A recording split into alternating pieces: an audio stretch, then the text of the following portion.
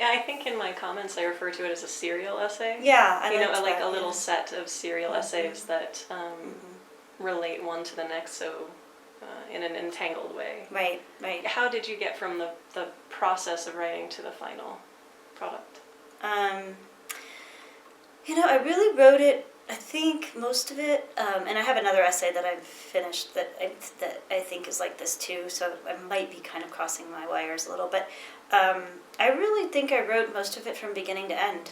I mean, I think that I went back and did some extra writing into spaces and things like that and cut some things out, but for me it felt honest to write it in that way insofar as that's how I came across, that's how I came, I know that I had been thinking about tunnels and I had been reading The Wind in the Willows to my daughters, and I kind of, that was my first way in to a certain extent, although I think the very first sentence was the very first sentence I wrote about living in the open of Colorado, in the sunny, windy open.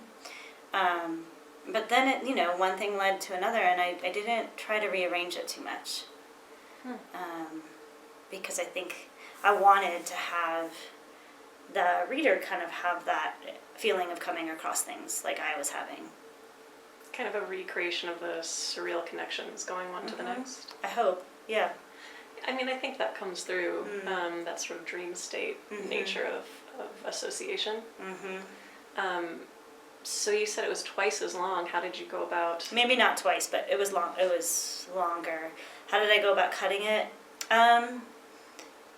It's funny. I have a couple readers who are forced to read everything I write, and I know usually what needs to go, but I need someone else to tell me. Like somehow I kind of like, yeah, I know that needs to go, and a lot of what went was me really trying to figure out difficult concepts. For myself, and I tried to keep some of that in there so that was accessible to the reader too, but I tend, because it's so heavily researched, I tend to have like every theorist that's ever spoken about a tunnel, and I'm like, nobody wants all that, so that's the kind of stuff that tends to go. Yeah, and I just need someone usually to tell me that it can go. I do a similar project. Yeah. I'm interested in reading far and wide. Yes. And taking I don't know how to stop, right? Notes and notes and notes and notes, and they all seem terribly important to my thinking. And they are to your thinking, but they don't necessarily need to all be in the piece. Right. So one of the things we're doing in this class is, and this module particularly, we're looking at the writing process and developing a writing process and thinking about how writing happens across a larger work. So just to super clarify, if I were to describe the process that you just did, so you're not sleeping, you're staying up until sometimes 3 a.m. reading, taking notes, sleeping, then getting up early and writing.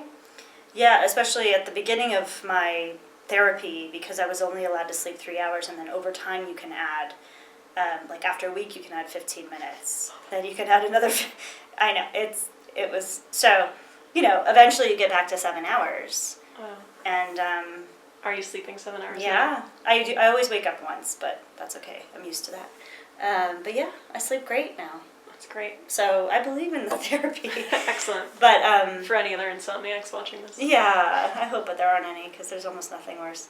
As I wrote in the essay, like, just how desperate one becomes for sleep, to sleep, like anything that's close to sleep, including death, seems like a better alternative. But of course it's not. It's just at the time it feels that way.